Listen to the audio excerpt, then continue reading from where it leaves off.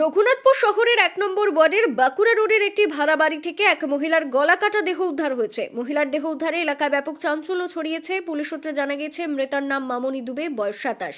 তার বাড়ি দুর্গাপুরের ধোয়াঘাটা এলাকায়, তবে বাঁকুড়ার গঙ্গাজল ঘাটির ডেমরা গ্রামে তার বিয়ে হয়েছিল।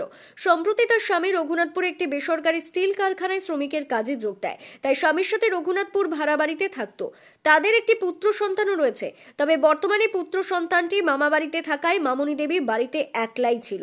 জানা গিয়েছে এদিন মামনি দেবীর স্বামী কাজে যাওয়ার পর তাকে একাধিকবার ফোন করে। বাড়িতে একলা থাকায় তার চিন্তা হয়, ফোনে না পেয়ে চিন্তা বেড়ে যায়, তাই দ্রুত কাজ সেরে বাড়িতে ফিরে আসে। বাড়িতে আসার পরে স্ত্রীর গলা কাটা দেহ দেখতে পায়। খবর পেয়ে রঘুনাথপুর থানার পুলিশ ঘটনাস্থলে যায়। দেহটি উদ্ধার করে রঘুনাথপুর সুপার স্পেশালিটি হাসপাতালে নিয়ে আসা হয়। সেখানে চিকিৎসকেরা মামনি দেবীকে মৃত বলে ঘোষণা করে। পুলিশের প্রাথমিক অনুমান মহিলাকে খুন করা হয়েছে। মৃতার স্বামীকে জিজ্ঞাসাবাদ করা হচ্ছে। এলাকার সিসিটিভি গুলি খতিয়ে দেখা হচ্ছে।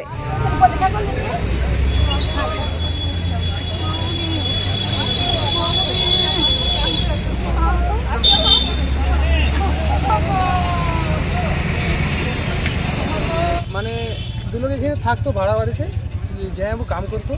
জয়াবু ফোন করে, ফোন তুলে নেয়।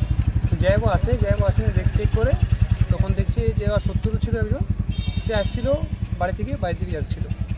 তারপর জয়াবু ভিতরে যায়, দেখে না এই কাণ্ড হয়েছে। কে ফোন করেছিল? ফোন তুলে না, জয়াবু আসে, ফোন তুলে না, তখন আসে চেক করলো, ফোন তুলছে না কি জন্য। মানে জামাইবাবু দিদিকে ফোন করেছিল। আচ্ছা, তো আসে দেখি এই ঘটনা, ডরে কিছু করে না। তো জয়াবু নিজের শালাকে ফোন করে, আমার মাসির ছেলেকে। তো তারপর এখানে সামনে মোড়ে বসছিল, আর একটা জয়াবু আমার যে দিদি ছোটো মেয়ে, ও বসছিল। কটা নাগাদ এই ঘটনা ঘটেছে? ঠিক টাইম তো জানি না আমরা।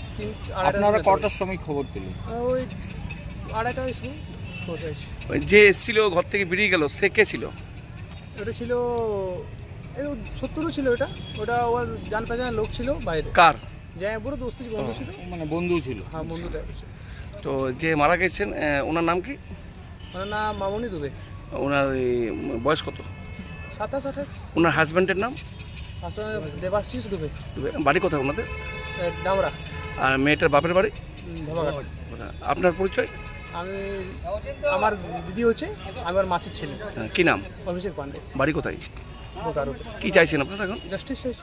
একটু আগে আমি থানা এলাম, তখনই এই ঘটনা শুনলাম। কারণ সারাদিন আজকে আমাদের বিভিন্ন জায়গায় দলীয় কর্মসূচি ছিল, সেই কারণে আমরা ব্যস্ত ছিলাম।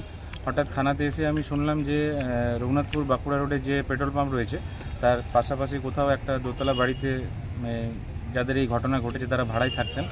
তো এসে যেটা শুনলাম, খুবই নিন্দনীয় একটা ঘটনা। শুনলাম যে যিনি গৃহবধূ, তিনি নাকি ওখানে রক্তাক্ত অবস্থায় পড়েছিলেন, এবং থানা থেকে ব্যবস্থা করে বা লোকজন যখন থানায় হাসপাতালে নিয়ে যায়, ওনাকে মৃত বলে ঘোষণা করা হয়। খুবই একটা মানে খুব বাজে ব্যাপার। আমাদের রঘুনাথপুরের বুকে এই ধরনের ঘটনা আমরা কখনো শুনিনি। আর ব্যাপার হচ্ছে, এই ধরনের ঘটনা কখনোই কাম্য নয়। আমরা আগেও দেখেছি, আমাদের রঘুনাথপুর শহর একটা শান্তির জায়গা।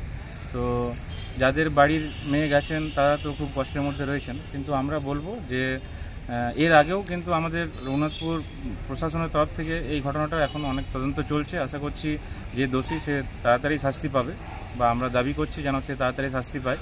রঘুনাথপুর থানা থেকে আমাদের এই ঘটনা আগে যখন যারা বাইরে থেকে আসতেন তাদের জন্য কিন্তু একটা ডকুমেন্ট ঘর মালিকের পক্ষ থেকে নেওয়া হতো, সেটা থানায় সাবমিট করা হতো।